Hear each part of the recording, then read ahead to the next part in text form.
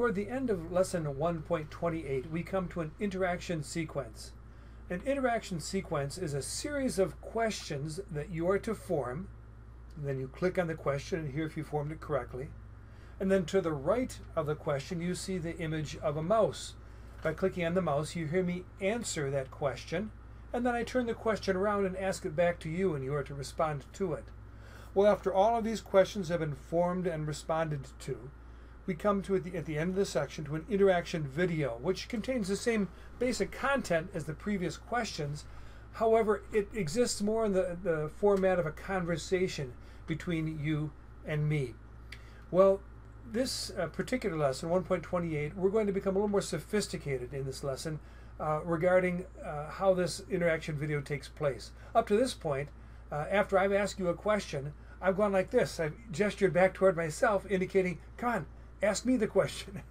And now, instead of me gesturing to myself to encourage you to ask the question of me, you'll see a series of symbols. And these symbols will communicate to you that, first of all, as you see the symbol for the question, that you are to form a question. And then secondly, you'll see the content of that question. You'll see one or two verbs, which indicate the actions about which you're asking. And then you see one, two, or three, probably nouns, which provide the remaining content for the question. And then you'll have there'll be a space of time, a silence in the video, during which you are to form the question for me.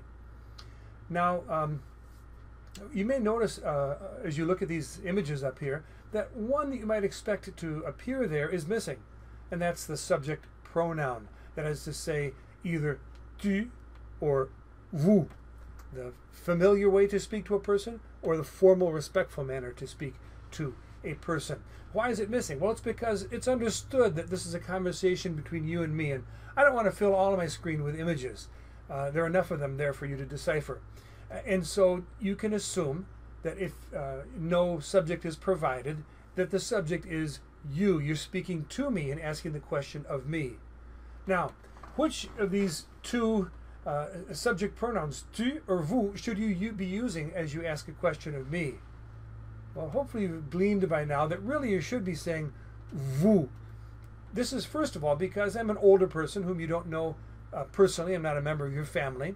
And then secondly, because I'm, in essence, in a position of authority teaching a class. And so you should be asking the question of me using vous, and therefore at the end of your verb you'll have et for most of verbs. I, by contrast, I will be asking you the questions in the form of tu. Now, it's true that there may be some adults who are watching this video and learning the French from this program. If that were the case, I really would ask the question of you using vous. However, I'm assuming that most of the people watching this video are students, and they're young, and therefore it's natural for me to speak to them using tu, the familiar form. Well, I guess I just want to really encourage you, before you go into the lesson 1.28 and go into section 4, where you're going to see the interaction sequence, really encourage you to use these instructional videos to the maximum. You may remember me speaking about how when I was in college, and I was learning, or at least I was improving the French I had already started to learn in junior high and high school, that I didn't really usually have anyone to talk with.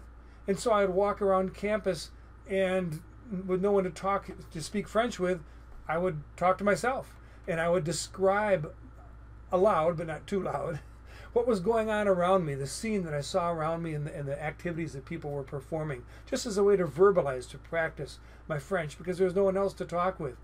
You have a wonderful opportunity here in these in these interaction videos to simulate conversation with another person, in this case with me, and so take full advantage of them.